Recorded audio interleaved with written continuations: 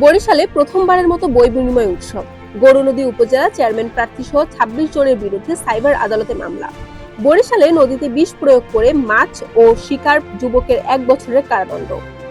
ইসরায়েলের বিরুদ্ধে আমরা যুদ্ধ ঘোষণা করছি বললেন চরমোনাই পীর।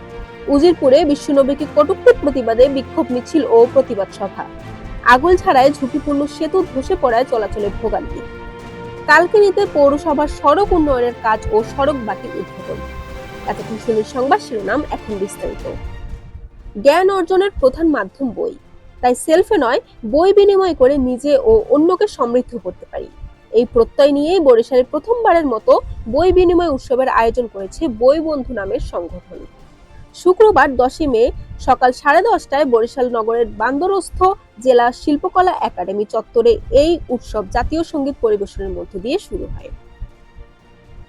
বরিশালের গৌরনদী উপজেলার চেয়ারম্যান প্রার্থী ও উপজেলা আওয়ামী লীগের সাধারণ সম্পাদক হারিসুর রহমান সহ ২৬ নেতাকর্মীদের বিরুদ্ধে সাইবার আইনে মামলা করা হয়েছে। বৃহস্পতিবার বরিশাল সাইবার ট্রাইব্যুনালে এই মামলা করা হয়।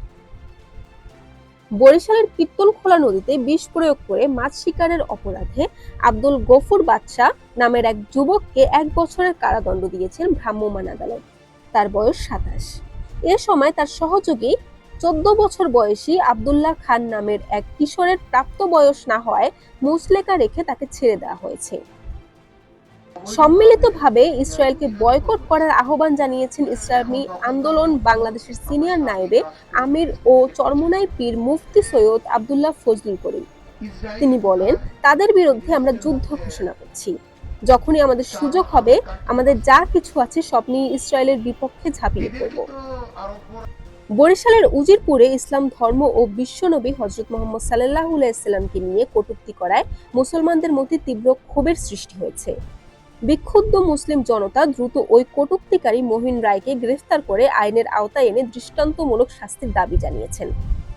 10 মে শুক্রবার জুমার নামাজের পরে এক বিক্ষোভ মিছিল বের হয়। বরিশালের আগলঝাড়ায় একটি ঝুঁকিপূর্ণ সেতু খালের মধ্যে ধসে পড়ার কারণে ভোগান্তিতে পড়েছে 3টি গ্রামের শত শত পরিবার। উপজেলার রত্নপুর ইউনিয়নের পশ্চিম মোল্লাপাড়া গ্রামের রামের বাজার থেকে সাহেবের হাট খালের উপর 2000 সালে এলজেইডির অর্থায়নে নির্মিত সেতুটি মাঝের অংশ দেবে যাওয়ায় 6 বছর পর ভেঙে পড়ে, এতে ভোগান্তিতে শত শত পরিবার। মাদারীপুরের কালকিনি পৌরসভার ১ নং ওয়ার্ড দক্ষিণ রাজদি গ্রামের বাড়ি হইতে আমানতগঞ্জ খাল পর্যন্ত আর সিসি রাস্তা নির্মাণ কাজ 480 মিটার ও 17টি সড়ক বাতি কাজ উদ্বোধন করা হয়েছে। শুক্রবার সকালে কালকিনি পৌরসভার উদ্যোগে এ কাজের উদ্বোধন করা হয়। বরিশাল নিউজ।